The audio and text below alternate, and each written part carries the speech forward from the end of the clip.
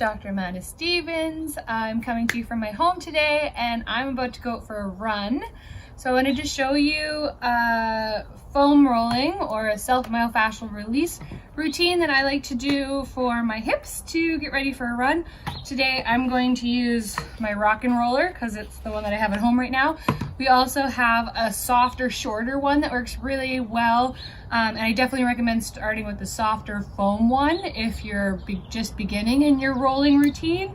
And if you're more, if you want to be more aggressive, then you can also use a myofascial ball of some kind. That'll be a little bit more intense if you have some areas you're having a tricky time getting into. This is the hip scour, and our hip scour is basically, we're going to start from the front, work all the way to the back. So if you lay your foam roll in front of you and you find those knobby bones in the front, your ASIS, we're going to start right on the ASIS, and then we're going to go up just, you know, kind of about 5 centimeters, and from that point you're going to be right on your hip flexor.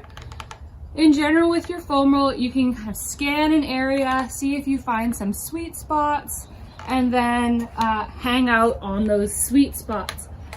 Now, from your hip flexor, if you've got quads that you want to work on, you can work your way up to go up and down and around those quads. But what we're going to focus on today is on those hips.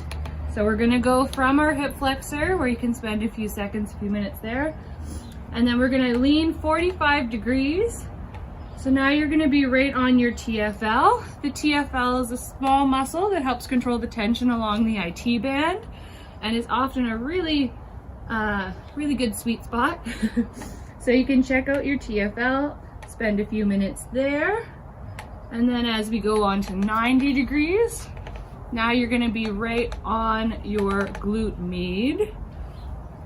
So you can hang out with your glute med, going all the way from the bone of your hip all the way up to the bone at the crest of your pelvis. Going up and down there.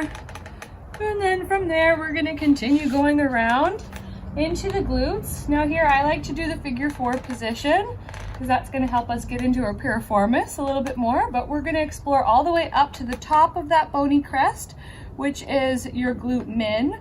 And that glute min, you can kind of go back and forth and up and down, scan along from the sacrum to the side of your hip.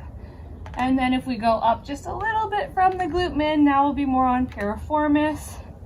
And he's also often a nice one to find some sweet spots. As a general rule, you do your scan and then you find your sweet spots and then you hang out there. The amount of pressure depends on your tolerance and your preferences. Generally, you want to not go past the amount of pressure that you're able to breathe through. And you can hang out there as long as you need. And that took us all the way from the front of our hip, all the way around to the back into our glutes. From here, if you chose, you could get into your hamstrings, going down the leg.